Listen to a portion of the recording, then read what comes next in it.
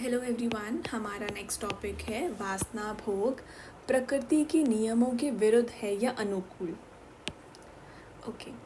जीवन द्रव्य को स्रावित करने वाली ग्रंथियों का तथा उनसे संबंधित प्रणालिकाओं के अस्तित्व का उल्लेख करते हुए बहुत से लोग कहते हैं कि मनुष्य के शरीर की रचना ही ऐसी है कि वासना भोग प्रकृति नेचर की ओर से स्वीकृत है। यदि कुदरत को यह काम स्वीकार्य न होता तो शरीर में यह सब नलिकाएं, प्रणालिकाएं और ग्रंथियां क्यों होती? वास्तव में उनका यह कथन सरासर गलत है। शरीर की यह रचना ही बताती है कि मनुष्य प्रकृति के विरुद्ध ही यह निष्कृष्ट कार्य काम भोग करता है। इसलिए उसे प्रकृति की ओर से कड़ा दंड मिलता है। इस विषय में हमने निम्नलिखित बातें याद रखनी चाहिए। हमें बता आए हैं कि पुरुष ग्रंथियां तो बाल्यावस्था ही से होती है। उसके स्राव बचपन के समय से शरीर के भीतर खपते रहते हैं, जिससे कि मनुष्य का विकास होता रहता है। इससे ये प्रमाणित होता है कि पुरुष ग्रंथियां मूल स्वरूप से अंतःस्राव की ही ग्रंथियां हैं। बाह्य स्राव तो बहुत वर्ष बाद में शुरू होते हैं। इसका कारण हम आगे चलकर बताएंगे। जीवन द्रव्य का निर्माण करने वाली दोनों पुरुष ग्रंथियों की तो लिम्फ और रुधिर कोशिकाओं से संबंध होता है और सामान्यतः उनका स्राव रुधिर में तथा और उस द्वारा समस्त शरीर में शक्ति प्रदान करता है। इस विषय में ये स्मरणीय है कि जब किसी मनुष्य या पशु जैसे कि बैल, घोड़ा इत्यादि की ये ग्रंथियां निकाल दी जाती है तो उसमें पराक्रम, उद्यम, उत्साह, शक्ति, साहस इत्यादि गुण नहीं रहते। ना ही उसमें यौवन के लक्षण होते हैं और ना ही उसका ठीक प्रकार से विकास होता है। अतः इससे स्पष्ट है कि उन ग्रंथियों का मूल उद्देश्य मानव में इन गुणों का उभारना तथा उसके शरीर विकासार्थ कुछ एक महत्वपूर्ण स्राव द्रवित करना है तथा पुरुष और नारी को स्व व्यक्तित्व प्रदान करना है। इससे भी यही प्रमाणित होता है कि ये मुख्य रूप से अंतः स्रावी ग्रंथियां हैं जो पुरुष के चेहरे, आवाज़, स्वभाव, शरीर रचना को पुरुष के अनुकूल विकसित करने के लिए आवश्यक है, क्योंकि पुरुष की ग्रंथियों को स्त्री में स्थापित करके या स्त्री की ग्रंथियों को पुरुष में स्थापन करने में ये परिवर्तन होते देखे गए हैं। अतः इनका अस्तित्व केवल संतानोत्पत्ति ही के लिए मानना और इन्हें मुख्यतः बाह्य स्रावी ग्रंथियां मानना भूल होगा। अब वह यह जो कहा जाता है कि इन ग्रंथियों से जीवन कीट अथवा जीवन बीज स्पर्म भी तो द्रवित होते हैं और वे तो संतानोत्पत्ति ही के लिए होते हैं। अब इसके बारे में भी सुन लीजिए। इन ग्रंथियों से जीवन बीजों का निकालना साधारण अवस्था में नहीं होता, बल्कि काम भाव से प्राप्त हुई उत्तेजना ही के परिणाम स्वरूप होता है। मनुष्य को जितनी बार उत्तेजना हो उतनी बार इन ग्रंथियों से जीवन द्रव्य स्रावित होता है। स्पष्ट है कि यह अस्वाभाविक और अप्राकृतिक है, क्योंकि मनुष्य को दिन में या मास में कई बार तो संतानोत्पत्ति का कार्य करना नहीं होता। पशु भी ऋतुगामी होते हैं, मनुष्य तो ऋतुचर्या का भी उल्लंघन करता है, तब भी स्राव तो होता ही है। ऐसी अवस्था में इसे प्राकृतिक नेचुरल कैसे कहेंगे? उत्तेजना तो सामान्य अवस्था का नाम नहीं है, बल्कि असामान्य अवस्था का नाम है। इन ग्रंथियों से जीवन द्रव्य तथा जीवन बीजों का स्राव तो किसी चिंता या भय के कारण भी होता है। चिकित्सा विज्ञान वेताओं ने ऐसे कई युवकों का उल्लेख किया है जो परीक्षा स्थल पर परीक्षा देते हुए निर्धारित समय में पूरे प्रश्न हल न हो सकने पर चिंतित हो उठे, और जब यह घोषणा हुई कि समय समाप्त होने वाला है तो उनकी चिंता बढ़ी और उसका तनाव इन ग्रंथियों पर ऐसा पड़ा कि ये स्रावित हो उठी। स्पष्ट है कि उस समय स्रावित होने का लक्ष्य संतानोत्पत्ति तो था ही नहीं, वह स्राव तो चिंता ही के कारण हुआ। चिंता तो मन की एक विकृत ही अवस्था है। अतः निष्कर्ष यह निकला कि इन ग्रंथियों का बाह्य स्राव प्रायः मन की विकृत अवस्था ही के कारण होता है। बहुत से युवक चिकित्सकों को अपनी करुण कहानी सुनाते हुए कहते रहते हैं कि रात्रि को कोई स्वप्न आने पर भी बाह्य स्राव निष्कासित हो जाता है। वे स्वप्न भय से भरे हुए भी हो सकते हैं और चिंता या काम भाव से भी। प्रायः वे काम भाव ही के उत्तेजना के परिणाम स्वरूप होते हैं। चिकित्सक लोग इस प्रकार के स्राव हो जाने के कारण को स्वप्न दोष, नाइट पोल्यूशन ऐसा नाम देते हैं। स्पष्ट है कि जैसे स्वप्न में कामोत्तेजना होने से यह स्राव स्वप्न दोष कहता है, वैसे ही जागृत अवस्था में कामोत्तेजना से होने वाले बाह्य स्राव भी जागृत दोष पोल्यूशन ही हुआ। जैसे स्वप्न दोष के परिणाम स्वरूप मनुष्य का मस्तिष्क खोखला हो जाता है, उत्साह भंग होता है, शरीर में कमजोरी अनुभव होती है, आत्मग्लानि महसूस होती है तथा शरीर क्षति अनुभव करता है, वैसे ही तो जागृत दोष में भी होता है। अंतर केवल इतना है कि जागृति की अवस्था में मनुष्य को स्त्री से जो प्रेम वास्तव में झूठा प्रेम मिलता है, उसके बल से वह इस क्षति को खुशी खुशी सह जाता है। परंतु यह बात तो निर्विवाद है कि क्षति होती तो है ही। फिर स्वप्न में कलुषित विचारों में हुआ यह पतन तो दोष कहलाता है, क्योंकि मनुष्य ने पूरी तरह सचेत अवस्था में यह काम नहीं किया और उसने किसी दूसरे को भी अपने इन पतित विचारों के द्वारा पतित नहीं बनाया। परंतु जागृति की अवस्था में किया गया निष्कृष्ट कर्म तो दोष नहीं, पाप ही है, क्योंकि इसे तो मनुष्य पूरी सूझबूझ की अवस्था में करता है और इस विकृत अवस्था में तो वह दूसरे के रक्तपात का, उस पर कुठारघात, क्रिमिनल असॉल्ट अथवा अधोपतन का निमित्त बनता है। कुछ भी हो, ये तो निश्चित हो ही गया कि इस तराव का मूल कारण मनुष्य के पतनकारी विचार, पल्यूटेड थॉट्स, अन्य किसी न किसी प्रकार की उत्तेजना, चिंता या भय ही है। ऐसी अवस्था में इसे स्वाभाविक या प्राकृतिक नेचुरल मानना स्वयं को धोखा देना ही है। इस पर भी यदि कोई हट करे तो हमारा कथन यह है कि इस प्रणालिका का अस्तित्व इसलिए है कि यदि चिंता, भय या कामोत्तेजना से किसी की पुरुष ग्रंथियाँ जीवन द्रव्य स्रावित करे भी तो उसका स्राव इस प्रणाली से बाहर निकल जाए। गोया स्वाभाविक अवस्था में इसका कोई विशेष प्रयोग नहीं है, अस्वाभाविक अवस्था में ही इसका प्रयोग है। शरीर में ऐसी बहुत सी ग्रंथियां हैं जिनका प्रयोग किसी विशेष अथवा असामान्य स्थिति में ही होता है। एड्रीनल ग्रंथियां, जो कि शरीर को अतिरिक्त शक्ति देने के लिए है, भी एक दृष्टिकोण से इसी प्रकार की ग्रंथियां हैं। जब मनुष्य को किसी ऐसी स्थिति का सामना करना पड़ता है जिसमें उसे अधिक शक्ति की जरूरत हो, तभी वे विशेष तौर पर द्रवीभूत होती है। विकासवादियों के से हमारा निवेदन। डार्विन और उसकी विचारधारा के दूसरे वैज्ञानिकों के मत को मानने वाले कई लोग कहते हैं कि शरीर में जो भी ग्रंथि, प्रणालिका इत्यादि है, वे निष्प्रयोजन नहीं हो सकते। अतः ये जो पुरुष ग्रंथियां हैं, इनका प्रयोजन संतानोत्पत्ति ही है और उनका स्राव बाह्य होना ही स्वाभाविक है। इनकी बाह्य स्रावी प्रणालिका व्यर्थ ही नहीं बनी हुई है। इसका उत्तर देने से पहले हम पाठकों का ध्यान इस ओर आकर्षित करना चाहते हैं कि डार्विन और उसके विकासवाद को सत्य मानने वाले तो स्वयं ही कहते हैं कि जैविक विकास, बायोलॉजिकल इवोल्यूशन के इतिहास में जीव परिस्थितियों का सामना करने के लिए अपने शरीरों में कई परिवर्तन करते रहे हैं। वे कई प्रकार के नए अंग या अवयव अपनाते रहे हैं और कई अनावश्यक या विषम अवयव को त्यागते भी रहे हैं तथा और कई अंगों में वांछित परिवर्तन भी करते हैं। विकास की तो यह एक मौलिक मान्यता है कि जीवों के शरीर प्रारंभ से ऐसे ही नहीं रहे और ना ही ये अनंत काल तक ऐसे रहेंगे ही। इसी सिद्धांत के आधार पर ही कई विकासवादी लोग कहते हैं कि मनुष्य के शरीर में जो अपेंडिक्स है वे व्यर्थ है। मानव से नीचे की कई योनियों में इसकी आवश्यकता थी, परंतु अब मानव के शरीर में इसकी आवश्यकता नहीं मालूम होती। अतः कई चिकित्सकों का मत है कि यदि इसे शल्य क्रिया ऑपरेशन द्वारा निकाल दिया जाए तो कोई हर्ज नहीं। इसी प्रकार वे रीढ़ की हड्डी के अंतिम भाग को भी पूंछ के अंत की तरह का मानते हैं।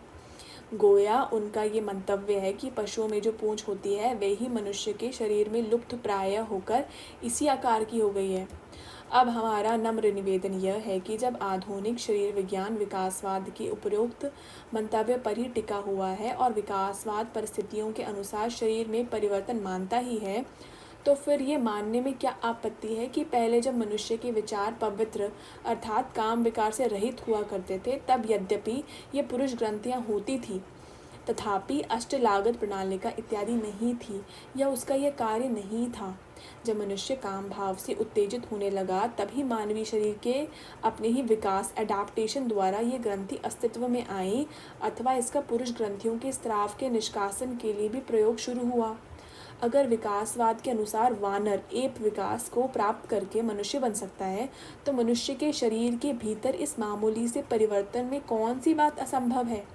यदि एक जीव कोश सेल वाला अमीबा विकासवादियों के मतानुसार बदलते बदलते मानव बन सकता है, तो इस अष्टलागत प्रणालिका या शुक्रवाहिनी प्रणालिका के परिवर्तन हुए होने में कौन सी बात अमान्य है।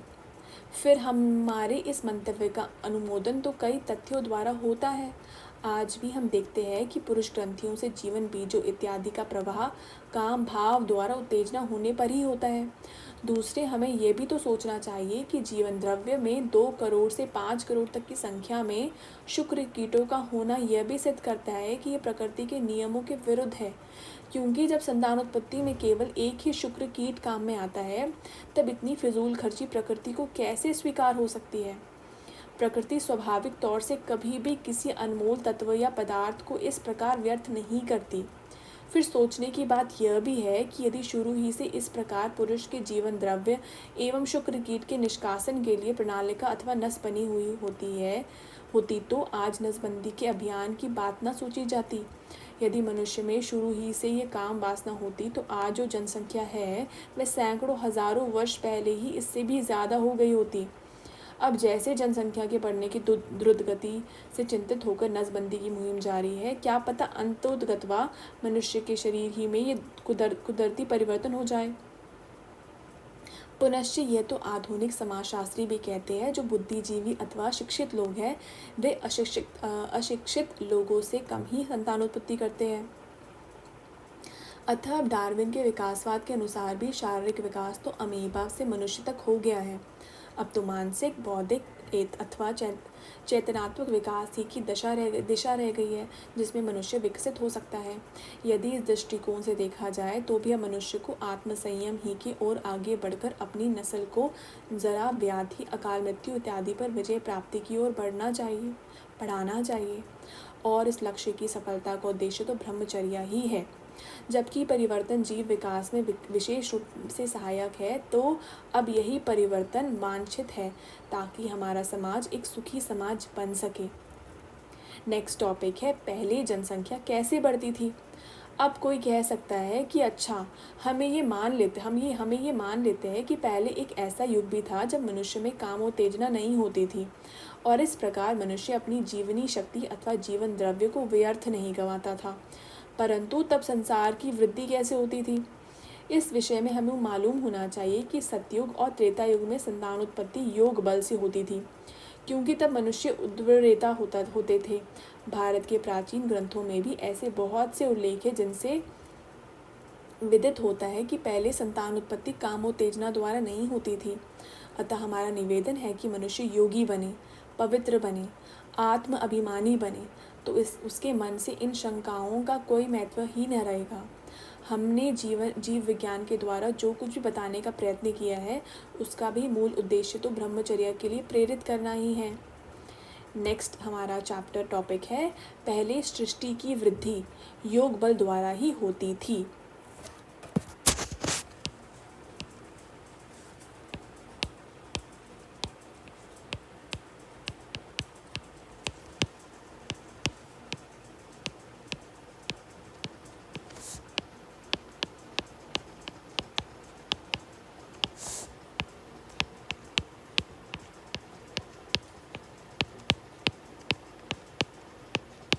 टॉपिक का नाम है, पहले सृष्टि की वृद्धि योग बल द्वारा ही होती थी।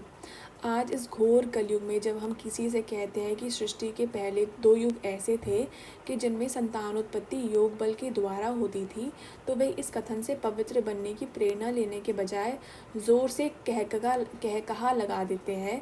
वास्तव में इसमें कोई दोष नहीं है। आजकल लोगों का खान पान, रहन सहन, वातावरण, अध्ययन इत्यादि ही ऐसा हो गया है कि उसके प्रभाव के कारण मनुष्य के लिए ऐसे उच्च अथवा सूक्ष्म रहस्यों को गंभीरतापूर्वक ग्रहण करना मुश्किल है।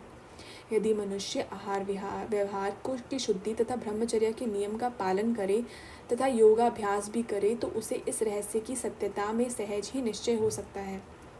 जिन 2 युगों में योगज सृष्टि होने की चर्चा हम कर रहे हैं, उन 2 युगों का लिखित इतिहास भी आज उपलब्ध नहीं है कि उसे पढ़कर कोई व्यक्ति यह मान जाए कि सतयुग और त्रेता युग में निसंदेह योग बल द्वारा ही सृष्टि संवर्धन होता था। उन दिनों ना तो कोई ऐसी लड़ाइयाँ या घटनाएं ही घटती थी जैसे कि हम उत्तर काल के इतिहास में पढ़ते हैं, ना ही इस प्रकार इतिहास लिखने का कोई रिवाज ही था।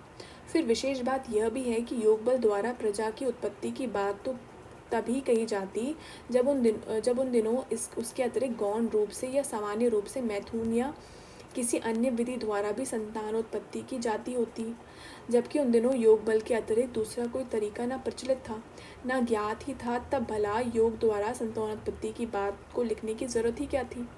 उल्लेख करने की आवश्यकता तो तभी मालूम होती है जब दूसरा या तीसरा चौथा इत्यादि तरीका भी प्रचलित हो।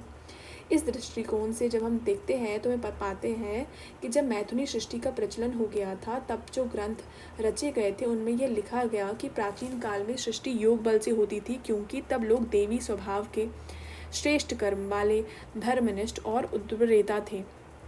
हम विषय का विस्तार न करते हुए कुछ एक ऐसे उदाहरण नीचे दे रहे हैं ताकि पाठकों को इस विषय में विश्वास करने में सहूलियत हो। टॉपिक का नाम है पुराने ग्रंथों में योग बल से जन्म का उल्लेख। यदि हम वेदों, उपनिषदों, ब्राह्मण ग्रंथों, पुराणों इत्यादि को देखें तो उनमें इस बात का उल्लेख मिलता है कि पहले मनुष्य का जन्म योग बल द्वारा होता था और कि सतयुग और त्रेता युग के लोग भी बहुत ही महान थे। उदाहरण के तौर पर तांडव में लिखा है कि पहले मानवोत्पत्ति मन शक्ति के रेतस जीवन द्रव्य से होती थी। श्वेताश्वेत उपनिषद में कहा गया है कि जिसे योगानिगम्य शरीर प्राप्त होता है उसे रोग, बुढ़ापा या मृत्यु नहीं सताते। अथर्ववेद में कहा गया है कि प्रथम युग सतयुग में मनुष्य अज अर्थात मैथुन की विधि के बिना उत्पन्न हुए। ग्रंथों में कहा गया है कि पहले लोग योग बल द्वारा उत्पन्न शरीर वाले होते थे। वायु पुराण में भी योग महाबल वाले शरीर का उल्लेख है। सांख्य दर्शन में योग बल द्वारा पैदा हुए शरीर को सांकल्पिक एवं सांसदिक शरीर कहा गया और वैशेषिक दर्शन में अयोनज शरीर कहा गया। कई वेद विश्वासी लोग मानते हैं कि ऋग्वेद में लिखा है कि वशिष्ठ का जन्म मानसिक बल द्वारा हुआ। प्रसिद्ध चिकित्सक अथवा आयुर्विज्ञान वेता धन्वंतरि का जन्म वायु पुराण तथा हरिवंश में भी तपस्या द्वारा ही बतलाया गया है। इस प्रकार और भी कई उदाहरण दिए जा सकते हैं। नेक्स्ट टॉपिक है सतयुग तथा त्रेता युग की पवित्र आत्माएं। सतयुग और त्रेता युग के लोगों में ये शक्ति थी क्योंकि वे धर्मनिष्ठ एवं स्वरूपनिष्ठ थे। तब ना कोई गुरु थे ना शिष्य, बल्कि लोग धर्म को प्रत्यक्ष अथवा साक्षात की न्यायी स्वतः स्वभाव ही से जानते थे। आप ही सोचिए कि तब भला वे कभी काम विकार में प्रवृत्त होते रहेंगे। शतपथ ब्राह्मण में याज्ञवल्क्य के वचनों का अनुवाद करते हुए उनके शिष्य माद्यानंदन ने लिखा है कि याज्ञवल्क्य ऋषि स्वयं तो महातेजस्वी थे ही, परंतु याज्ञवल्क्य ने कहा है कि उनसे पूर्व के ऋषि उनसे भी अधिक तेजस्वी थे। पराशरकृत ज्योतिष संहिता में लिखा है कि पूर्व काल में लोग अपरिमित शक्ति, प्रभा, धर्म, बल, सत्व और प्रभाव वाले होते थे। ऋग्वेद में भी यही कहा गया है कि सतयुग और त्रेता के सभी मनुष्य देवी स्वभाव के थे और उनकी संकल्प भावना ही मात्र स्थानीय थी। चरक प्रति संस्कृता संहिता में लिखा है कि आदिकाल में अति ओज, अति बल, अति प्रभाव वाले दैवी प्रभाव के लोग थे। इस प्रकार स्पष्ट है कि विभिन्न शब्दों में या प्रायः सभी पुराने ग्रंथों में यह उल्लेख मिलता है कि सतयुग और त्रेता युग के लोग अधिक तेज और ओज वाले थे और उद्वरेता थे, इसलिए उनकी काया निरोग थी और वे मनोबल अथवा योग बल रेतस द्वारा ही प्रजावृद्धि करते थे, क्योंकि वे इसके योग्य थे। उन्होंने पूर्व काल में ज्ञान एवं तप से स्वयं को शक्ति से युक्त किया हुआ था, परंतु द्वापर और कलयुग में मनुष्यों में ये शक्ति नहीं रही। अनेकानेक ग्रंथों में लिखा है कि धीरे धीरे मनुष्य का तेज, ओज, वर्चस्व, आत्मबल आदि कम होता गया। इसलिए स्वाभाविक है कि द्वापर और कलयुग में संतानोत्पत्ति योग बल की बजाय भोग बल अर्थात वासना भोग से होने लगी। उदाहरण के तौर पर महाभारत में भी लिखा है कि युग युग में मनुष्यों के तेज, बल, बुद्धि, वीर्य, आयु इत्यादि का हास्य ही होता आया है। आपस तब धर्म सूत्र में भी कहा गया है कि उत्तर काल में ऋषि उत्पन्न नहीं होते। जनश्रुति के अनुसार भी सतयुग के लोग देवी देवता थे। सभी सत्यवादी, धर्मनिष्ठ, सतो प्रधान और हंस वर्ण के थे। सभी धर्मपरायण लोग कलयुग को निष्कृष्ट मानते हैं। ऐत्रेय ब्राह्मण ग्रंथ में सतयुग तथा अन्य युगों का अंतर एक सुंदर उपमा द्वारा बताया गया है। उसमें लिखा है कि कलयुग ऐसा है जैसे कि कोई व्यक्ति अचेत अवस्था में खराटे लगाता है, परंतु जब वह जागकर जम्बाई लेता हुआ करवटें बदलता है तब वह द्वापर युग का चित्र पेश करता है। जब वह आलस्य और निद्रा को त्याग कर खड़ा हो जाता है तो त्रेता युग की स्थिति का सूचक होता है, परंतु जब वह स्वरूप स्थित होकर कर्तव्य परायण होता है तो सतयुग की स्थिति का बोधक होता है। इन सभी कथनों से स्पष्ट होता है कि प्रायः सभी मुख्य प्राचीन ग्रंथ इस बात को मानते हैं कि सत्ययुग और त्रेता युग में जो प्रजावृत्ति योग बल द्वारा ही होती है, परंतु उत्तर काल में लोगों में योग बल, मनोबल अथवा स्वस्थिति बल कम हो जाने से और उनके उदर्वरेता न बने रहने से संतानोत्पत्ति काम विकार द्वारा होने लगी। नेक्स्ट टॉपिक है जनश्रुति परंपरा और धार्मिक विश्वासों द्वारा इसका अनुमोदन, जो हम नेक्स्ट वीडियो से कंटिन्यू करेंगे।